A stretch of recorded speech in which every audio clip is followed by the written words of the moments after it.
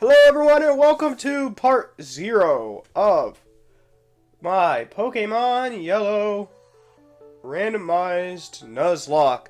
Yes, part 0. So I decided instead of doing a rules video part thing in the first part while the game was going on and being distracted like I normally have, because I've tried that already and I just got distracted so bad and other stuff happened anyway. Point is, instead of doing all that, I decided why not show exactly what I'm doing and explain it in a previous video, part 0.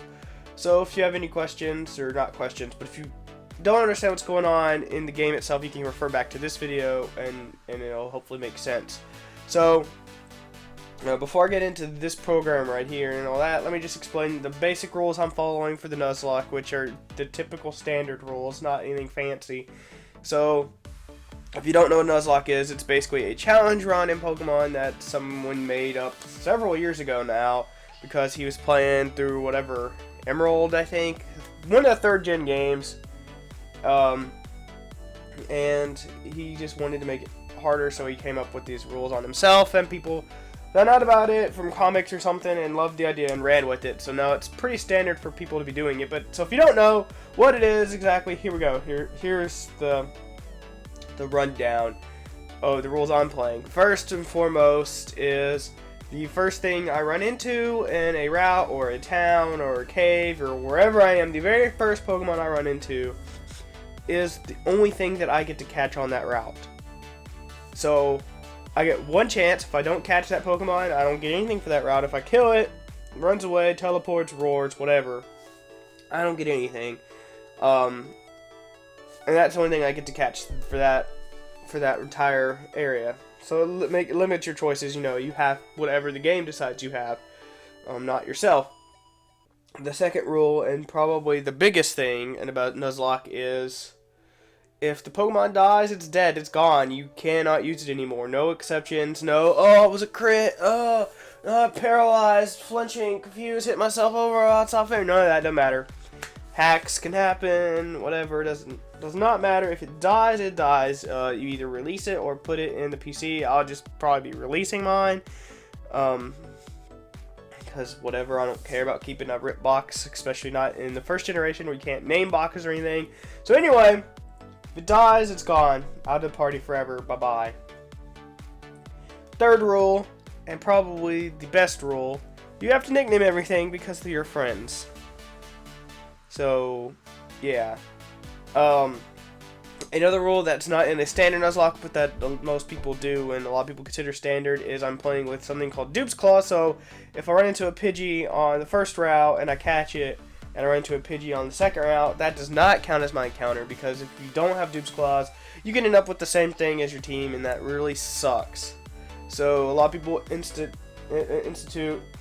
Dupe's Claws, or Species Claws, which means if you catch a Pidgey and run into a Pidgeotto, you can't catch it because the entire evolution line counts, which is how I'm playing, so I won't have duplicates on my team, so there'll be better variety.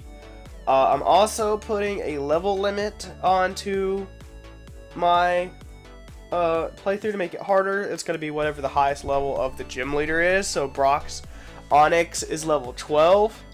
So my level limit up to Brock is going to be level 12. Now, it's not going to be super duper strict, because there might be instances where it's just not possible. And I don't mean because I can't beat them at that level, but because, like, for example, with Brock, I won't have even 6 Pokemon by the time I'd get to Brock.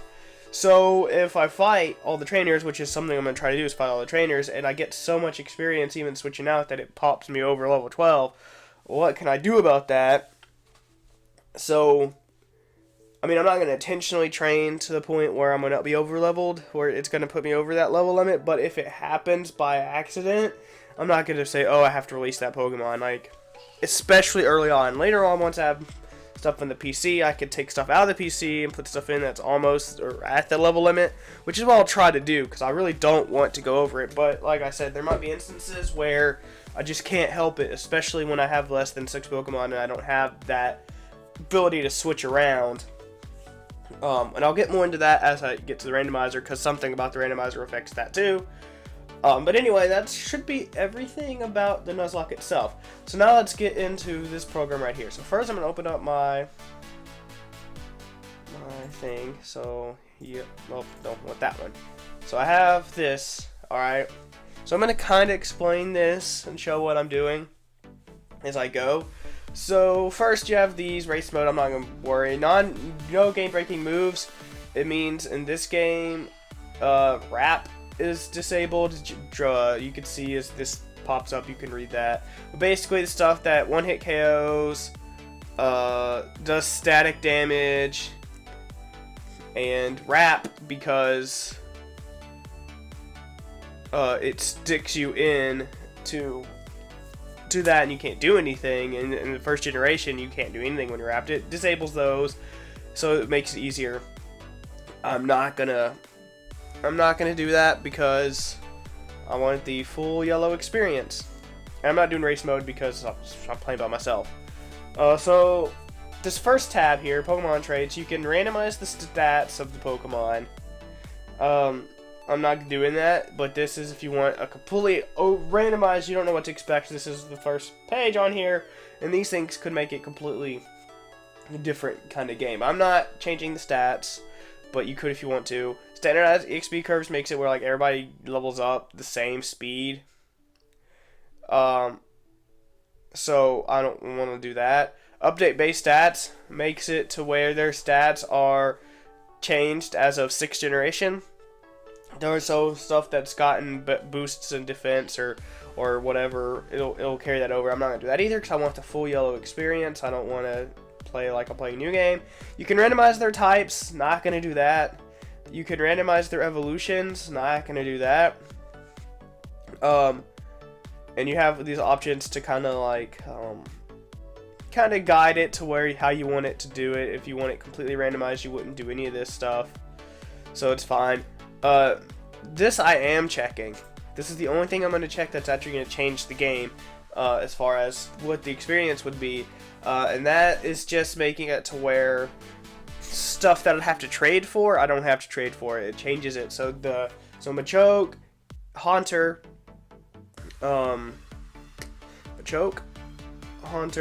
Kadabra,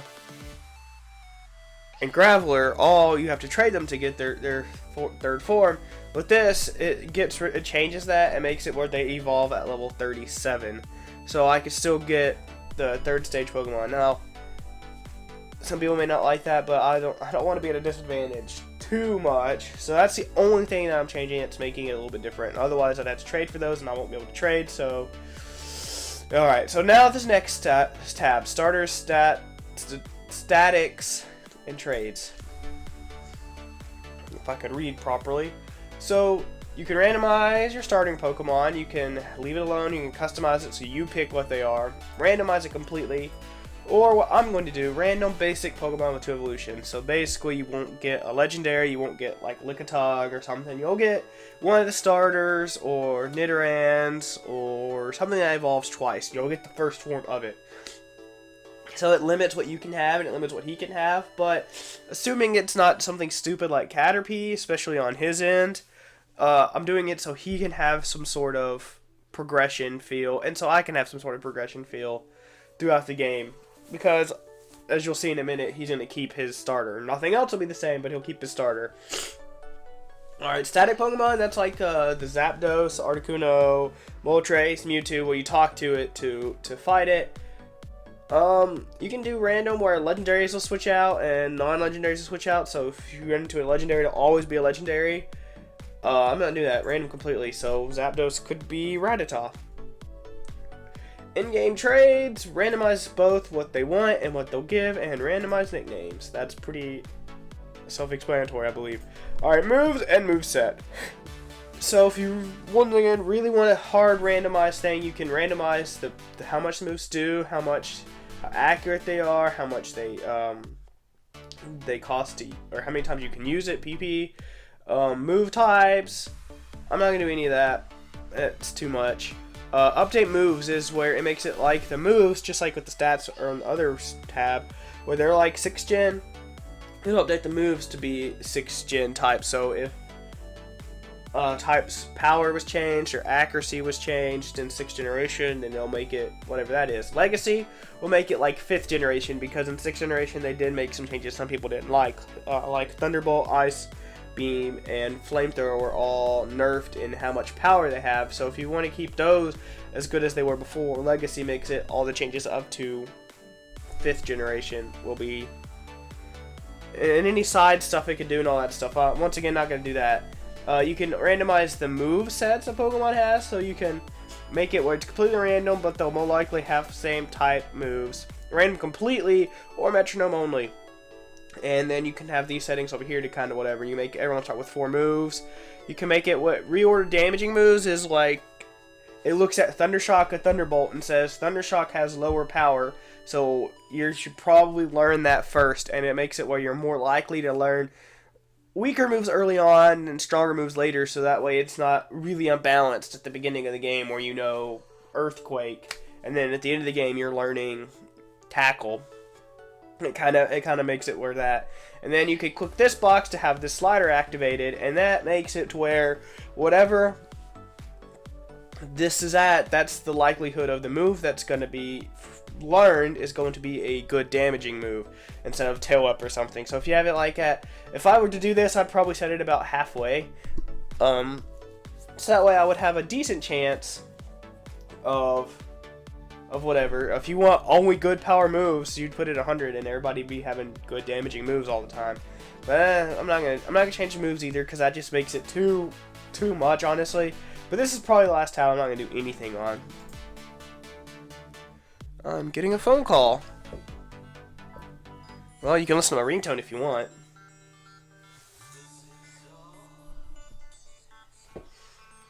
Everybody knows. This is a song. This is a song. Everybody knows the words, 'cause I just said them all. This is a song. This is a song. Everybody knows the words, 'cause I just said them all. This is a song. This is a song. Alright. So, whoever that is, they'll just have to deal with it. Hopefully you liked that brief intermission with the song. This video is already way longer than I want it to be, but we're still going, aren't we? So, here's where I'm actually going to get into doing a lot of randomized stuff. So, trainer Pokemon. This randomizes, of course, what the trainers will have. Unchanged, it won't be anything different. Random or type theme, so they'll have the same type, like gym leaders and stuff do. Not going to do that. Completely random. I do want the rival to carry a starter. I don't want this. This is so if they have a Caterpie, they're more likely to have something like a Weedle or something that's weak like that. And don't use legendaries. No. Wait. I don't know what this does. I'm not the weight types by number of Pokemon. I don't know what it does actually. But I can't do that in. No, maybe. Oh, it's a type thing. Let's see what that does. Trainers will keep roughly the matchup of the number of Pokemon with that type. This should reduce. Oh, okay. So, if it's a type like Ghost type is their typing, and there's only like 3 Ghost Pokemon, it'll make it where they don't have as many because there's not as many Ghosts. But if you use like a normal type, they'll have a lot because normals are. So that could be interesting, changing how many Pokemon the trainer entry has. But I'm not gonna do that. I'm gonna do random. I want that. I'm not gonna leave those alone. Randomize their names. Randomize their classes. If you want to have it really challenging, you can click this, which will fully evolve Pokemon, so you won't run into any level 60 Caterpies. And then you click this, and you move the slider, and whatever level that is, that if a Pokemon's at that level, it'll guaranteed be at its last form instead of being weak, stupid thing. Not gonna mess with that. I don't really care. This is where the level limit comes in, though. And why I'm saying it may not be possible, because I'll be getting a lot of experience. So I am going to do this. So basically this slider is, wherever you put this, it will make the trainer Pokemon stronger or weaker. So if you move it to this way, if you move it all the way here, their levels will be halved. And that would make the game super duper easy. That would make like the Elite Four be level 30s, which is stupid. You put it here, they're going to be level 100 in the Elite Four. So I'm not going to do 50%. Even 20% is ridiculous. 20% would put them in like their 80s. So I'm going to put it about 15%. So that'll make it to where they're going to be, by the end of the game, it's going to be quite a bit harder. But my level limit is going to be based off of the original game's levels, not whatever this is, because I don't know the exact numbers this would be anyway.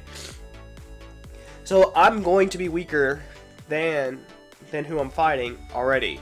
So it's going to be hard with the level limit, so we'll see how it goes.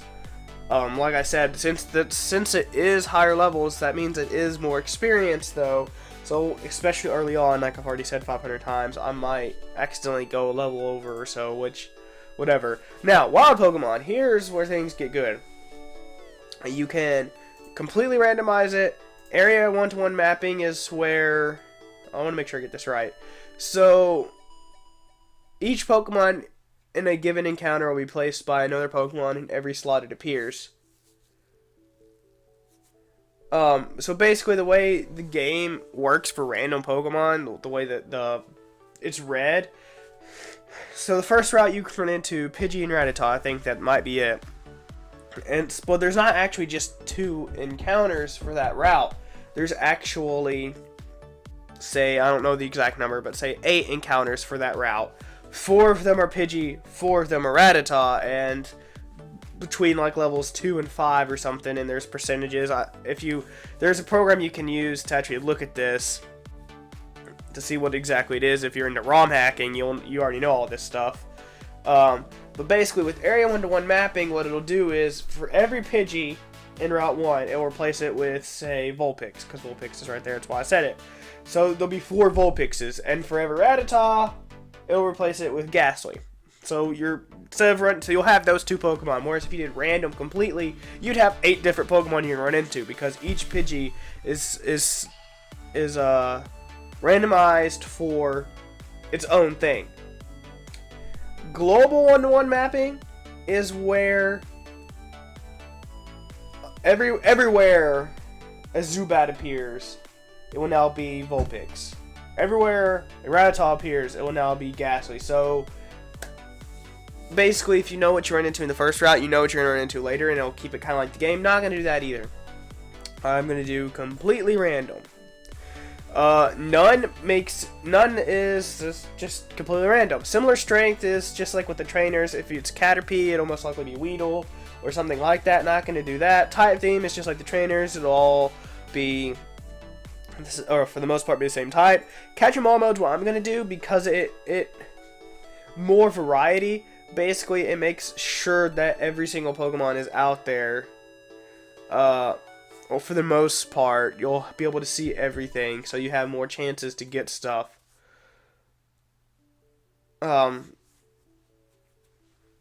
So it makes it where you have better variety. If you do none, you could end up having like the same things over and over and over again, and it would be dull.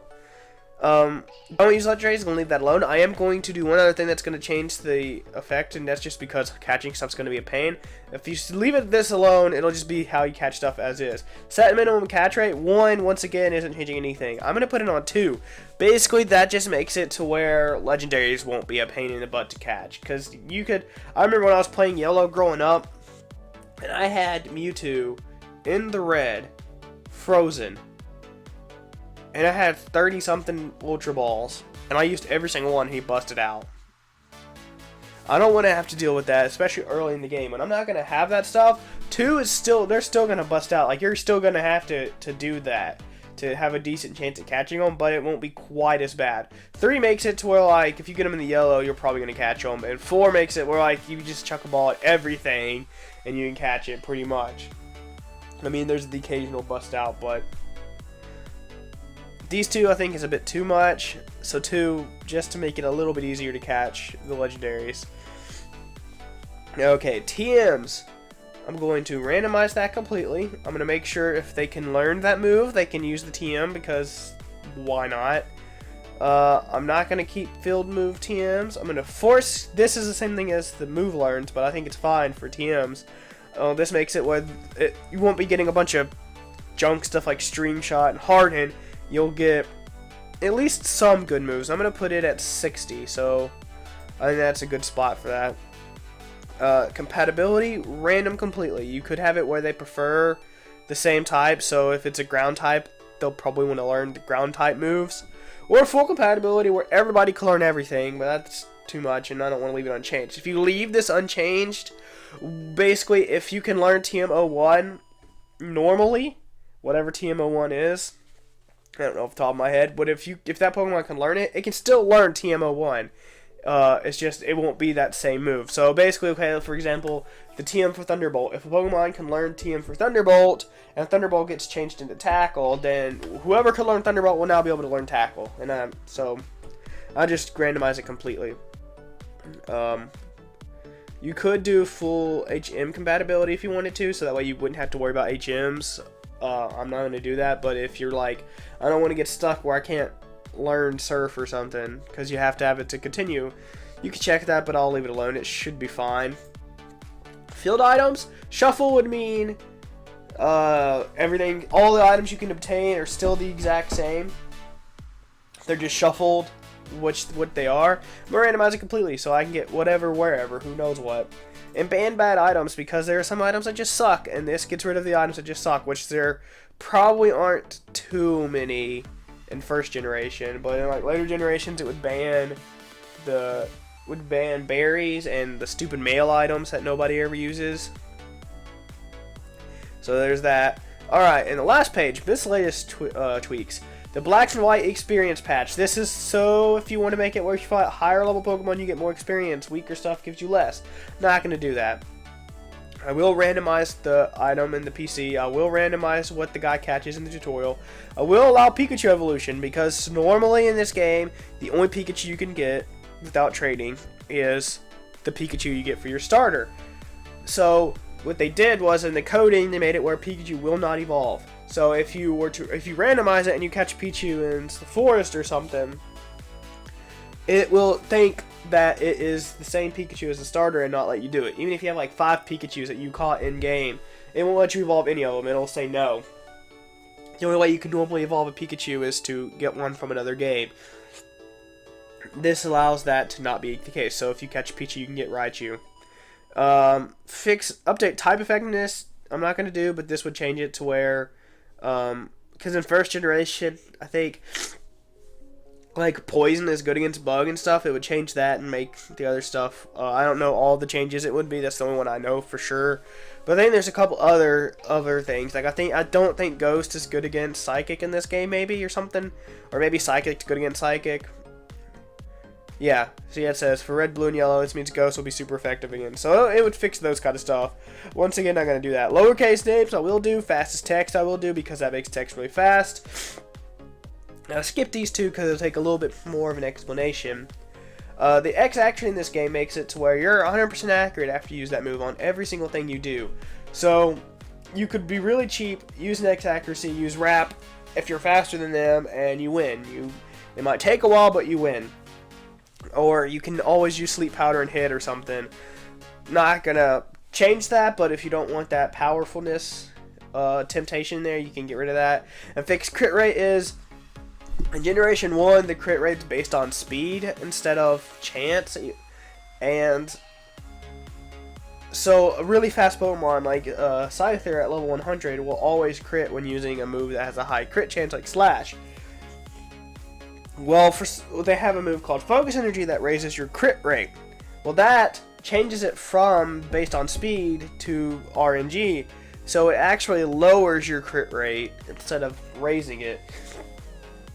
So if you want the crit rate like what you're used to if you play later generation games, you'd want this. But once again, I'm gonna leave that alone. And I do believe this is everything that I want to randomize. That's the last thing. So hit randomize and save. Go back to my ROM folder. I want to overwrite you. Yes.